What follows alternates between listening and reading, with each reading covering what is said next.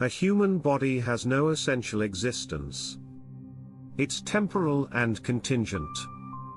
By contrast, a monadic mind which controls a human body does have essential existence. It's eternal and necessary. Essence and existence are the same in eternal things but not in temporal things. Temporal things exist by virtue of their relationship to eternal things. Your temporal body is definitely going to die, but your eternal mind is definitely not going to die. Your current existence as a human is determined by the fact that your essential, eternal mind has linked to the DNA pattern which defines members of the human species, and, in your case, you specifically. There is no platonic perfect human DNA anywhere, in which each human mysteriously participates, but each human of necessity inherits human DNA. We might think of a basic human DNA template, that of the first human, Adam or Eve, so to speak.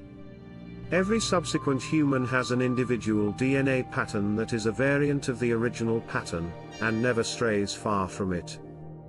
The Stanford Encyclopedia Philosophy says, it is evident that material substances exist contingently. They come into being and they pass out of being. While they exist, their existing is not what they are. Thomas Aquinas accepts from Boethius that it is self-evident that what a thing is and its existing differ. A human is a human because of their temporal and contingent human DNA.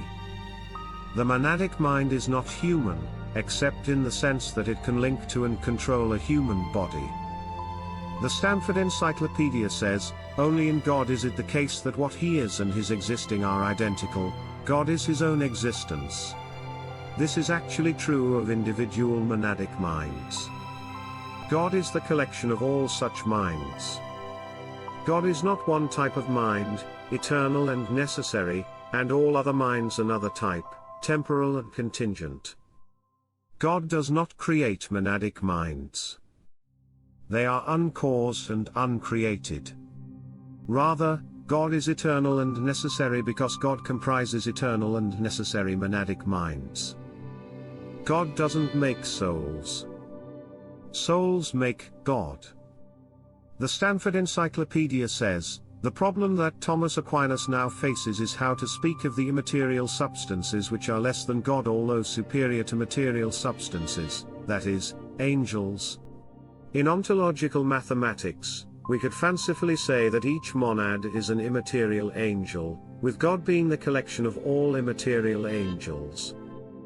In fact, each monad is a God, an indispensable cell, unit or node of God, and God is the collection of all the individual gods. Wikipedia says, the opposing view to realism, of universals, is one called nominalism, which at its strongest maintains that universals are verbal constructs and that they do not inhere in objects or pre-exist them. Therefore, universals in this view are something which are peculiar to human cognition and language. The French philosopher and theologian Rationalism, 1050 to 1125, was an early, prominent proponent of this view. His particular view was that universals are little more than vocal utterances, voces. In relation to man-made language, universals are indeed just names applied to particulars. In relation to nature's language of ontological mathematics, universals are definitely not names. They are the actual constituents of reality. They are what all particulars are made from. That's why they are universals. They have universal application.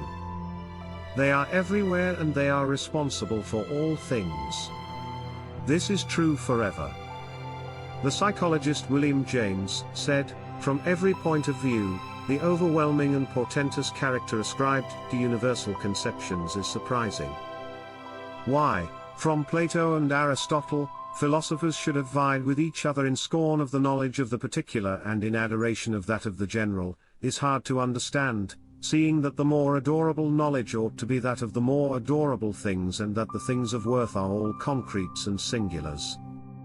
The only value of universal characters is that they help us, by reasoning, to know new truths about individual things. These comments are reflective of the disastrous view of empiricists that concepts cannot be real, that reason and logic cannot have concrete existence, and mathematics, the quintessential subject of universals, cannot have an ontology. It is exactly James's view, shared by all scientists, which must be overturned if humanity wishes to arrive at the answer to existence. These people see no beauty in the universal. They are transfixed by the particular. They adore what's in front of them, and have no interest in what explains what is front of them. The answer to existence is necessarily universalist, and accounts for all particulars. It is definitely not particularist. No explanation of one particular can explain any different particular, and, in truth, can never even explain itself. Only universalist explanations have explanatory value. The ultimate explanation is none other than the most universal answer possible, which is also the most rational answer possible, and the simplest answer possible. That is supplied by one formula, the God formula, the answer to everything. Dr. Michio Kaku wrote, "Well, when I was 8 years old, something happened, which changed my whole life. I saw a picture in the newspaper talking about an event. A great scientist had just died. They flashed a picture of his desk. On his desk was a book, the book was unfinished. The caption said something like, 'This is the unfinished manuscript from the greatest scientist of our age.' So I was fascinated by this story. Why couldn't he finish this theory? What's so hard that the greatest scientist of our time couldn't finish it? I had to know. I went into the library and then started to look up this man, Albert Einstein. I found out the book was the theory of everything. An equation maybe no more than 1 inch long that would allow us to read the mind of God. I was hooked. I just had to know. It never occurred to me that you could have a comprehensive theory of all the laws of science in just one equation. The one equation is in fact the generalized version of Euler's formula. It doesn't allow us to read the mind of God. Rather, it ontologically is the mind of God. Even to talk about an equation allowing us to read God's mind is to separate God from the equation which describes God, hence is, as usual, separating the thing from its intelligible aspect. There can be no such separation. The God equation doesn't describe God as something different from the equation but which bafflingly and inexplicably obeys this abstract equation. Rather, the God equation defines and is God. We are all nodes of God and each of us is a living, self-solving equation, each working in common with all the other living, self-solving equations.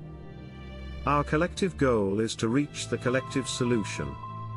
This is where every node becomes truly one, at zero entropy, the state of perfect symmetry, perfect order, perfect harmony, perfect unity. It is where the temperature of reality is zero, and where perfect superconductivity occurs. This corresponds to perfect, flawless thinking, thinking which meets no resistance and flows perfectly forever, perfect, perpetual motion. It's often said that it's impossible to draw a perfect circle. That's certainly true in the material world of becoming. It's not true at all in the frequency domain of pure being. All circles are perfect at zero entropy and a temperature of absolute zero. They are perfect mental circles, not physical. It's material entropy that ruins perfect circles. The entropic domain of matter renders everything flawed, imperfect, not right.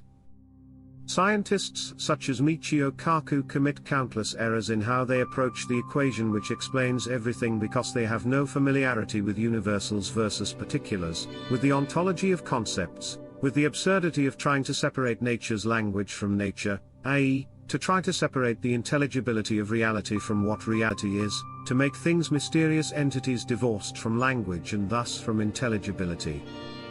Nature is language, mathematical language. That's exactly why we can learn nature's language, which is in fact our own language, since we ourselves are the building blocks of nature, and the physical world is made from us. Sensing types are unable to understand that sensible objects and intelligible objects cannot be separate things.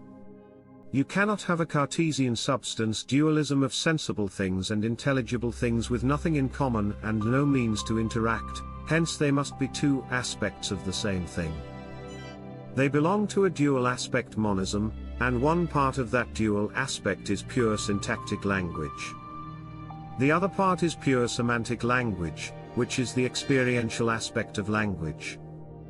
Contrary to what William James believed, universal conceptions are much loftier than those of particulars.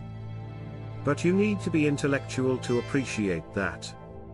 People such as James, and all scientists, lack the IQ to accept the reality, the concreteness of concepts, universals, reason, logic, mathematics. It goes beyond them. They are too primitive. Scientists accept the reality of sensible things. They can literally see them.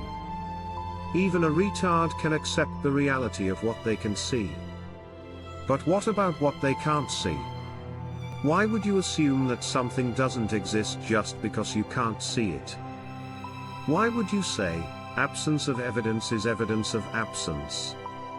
Why would the intelligible not exist? Why would mathematics not exist? Why would concepts not exist? Why would reason and logic not exist? Why would universals not exist? Only the sensory prejudices of empiricists lead to the inference that intelligibles have no reality. The intelligible aspect of reality is noumenal, not phenomenal. It has no appearance. The quantitative aspect of reality is not visible to normal human beings, although it is, often in a literal sense, available to autistic savants, but that doesn't mean it doesn't exist. What is science? It's a subject obsessed with qualitative signals, which is to say, sensory patterns. Its big trick is then to subject these qualitative patterns to quantitative analysis, i.e., to mathematize the sensory world, to turn qualitative signals into quantitative signals, to measure the physical world of the senses. No scientist looks at the world and sees quantities and measurements. These don't exist in the qualitative world of the senses. So, scientists have to invent instruments and gadgets to extract the unobservable quantities from the world and render them observable. To put it another way, science doesn't realize that its entire shtick is to make visible quantitative information which, in normal circumstances, is wholly invisible. Although it imagines it's all about observation, science is in fact about making naturally unobservable quantities observable. Science is the subject which measures, which quantifies, the qualitative world of the senses. It is extracting from the world hidden information. The world is literally full of quantities, yet we can't see any of them. The information is there, but not apparent. It has no appearance. And exactly the same is true of the universals, the concepts, the logic and reason, the syntax, the form. None of it can be seen, but it's all there. It can all be extracted simply by thinking about it. The universe is full of mathematical quantities and entities, with their mathematical syntax and form, but none of it is directly observable as mathematics. The appearance of mathematics is simply what you see all around you wherever you go. It doesn't look anything like combinations of sinusoidal waves, but that's exactly what it is. But therein lies the whole problem. Appearances can be deceptive, absolutely deceptive. Sensing types, with their low IQs, are unable to grasp that what appears to be a scientific world is in fact something else, namely a mathematical world. Scientists don't understand why science is so dependent on mathematics. They think it's some kind of weird fluke or gift. Nobel laureate in physics Eugene Wigner literally said, The miracle of the appropriateness of the language of mathematics for the formulation of the laws of physics is a wonderful gift which we neither understand nor deserve. This man, by almost any standards, would be considered a genius, yet he literally couldn't reach the simple conclusion staring him right in the face, that mathematics allows for the formulation of the laws of physics because they're not actually laws of physics at all, but laws of mathematics. People such as Wigner believe that physics is real and mathematics unreal. They are incapable of understanding that mathematics is real and physics is a subject invented by humans that intersects with reality only so far as it uses mathematics. When it doesn't use mathematics, it has no connection to reality. Why are people such as Wigner so trapped by their own fallacies and their faith in the senses? It's because they have a certain notion of mathematics, as an abstraction, and they are incapable of seeing it in different terms, as ontological. They can't escape from their sensory biases. Quite seriously, if you have in any way bought into the ontology of mathematics, there is a certain sense in which you are smarter than every single person who has ever won a Nobel Prize. You have accomplished what they did not, a glimpse of the actual truth of existence. Give yourselves a pat on the back. You deserve it. Even if you might not truly believe it, you are in fact genuinely really smart. For sensing types like Wigner, reality doesn't look mathematical, as they imagine mathematics to be, and therefore it's not mathematical. They do not have the kind of rational mind where it would occur to them that they have no idea what mathematics actually looks like, and there's no reason at all why it would not look exactly like the universe we see all around us. They cannot make that conceptual leap. They lack the intelligence, the imagination, the intuition, the rationalism for it. They cannot believe that matter is actually mathematics. Intelligent people can make conceptual leaps unavailable to the pedestrian thinkers. Wigner said, "Mathematics is the science of skillful operations with concepts and rules invented just for this purpose."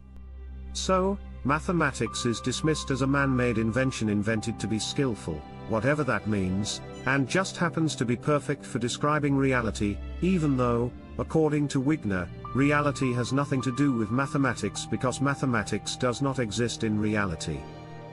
Wigner wrote, "Nothing in our experience suggests the introduction of complex numbers." That's the whole problem right there. It's not human experience that decides what reality is. Why would anyone imagine that subjective human experiences are more valid than the coherence of mathematics and the concrete existence of complex numbers? For a person, a rationalist, who is driven by intelligibles rather than sensibles, the existence of complex numbers is much easier to accept than incoherent ideas based on the limited, fallible, unreliable, delusional human senses. Every night, when we dream, we invent whole sensory worlds that have no reality at all. What humans experience in sensory terms has always been dubious in the extreme, and yet empiricists stake everything on their dubious sense organs. As Nietzsche said, they are not organs for truth. You do not see the truth of reality by looking at reality. If you could, 100% of humans would know the truth as soon as they opened their eyes. As it is, close to 100% of humans lack the vaguest idea of what the truth is, and they subscribe to any number of bizarre religious systems, spiritual systems, political systems, philosophical systems and scientific systems. It's baffling that anyone takes empiricism seriously, and even more baffling that they have such contempt for rationalism. Why would anyone imagine that we don't live in a rational universe? Science is possible at all only because of the sheer orderliness and organization of reality. Where did all of that come from if not from reason and logic, from mathematics?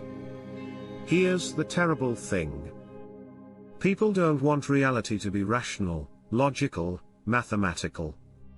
They want it to be something else, and so they make it something else. They make it love, or non-duality, or God, or matter, or cosmic consciousness, or bare awareness, or whatever. Anything other than mathematics.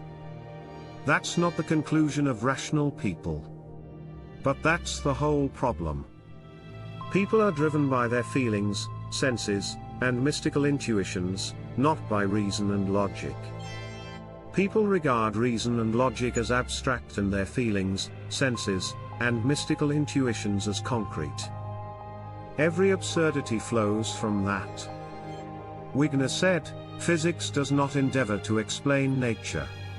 In fact, the great success of physics is due to a restriction of its objectives. It only endeavors to explain the regularities in the behavior of objects." There you have it. Physics is not in the explanation game. It's only trying to explain regularities in the behavior of matter. Yet, really, how can you explain anything at all if you have not explained everything? Particular explanations are nothing like universal explanations. Why are scientific theories always mutating?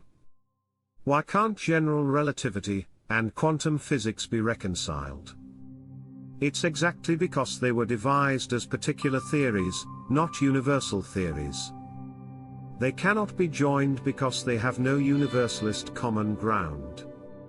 That's the whole problem with science, and why it will never arrive at an answer to everything. You cannot get from a bottom-up, particularist approach to the explanation of everything. You must do the exact opposite and use a top-down, universalist approach. That's precisely what science never does. It's ideologically opposed to that method. Science is inductive, not deductive. Wigner wrote, "It is hard to believe that our reasoning power was brought, by Darwin's process of natural selection, to the perfection which it seems to possess. Our reasoning powers come from our ability to break through to mathematical reality. They definitely do not come from random process and natural selection. They have nothing to do with lifeless, mindless matter." Wigner said, "The mathematical formulation of the physicist's often crude experience leads in an uncanny number of cases to an amazingly accurate description of a large class of phenomena. How can Nobel laureates use terms such as uncanny? Mathematics, if sufficiently universalized, can account for all phenomena. There's nothing uncanny about it. It's purely logical. Why doesn't science use a method based on universalization? It does the exact opposite. Its defining method is based on particularization. Step 1 of the scientific method is to observe sensory particulars, and that's science's fate decided right there." Nobel laureate Richard Feynman said, "Now I'm going to discuss how we would look for a new law. In general, we look for a new law by the following process. First, we guess it, audience laughter. No, don't laugh, that's the truth. Yup, science is based on guessing.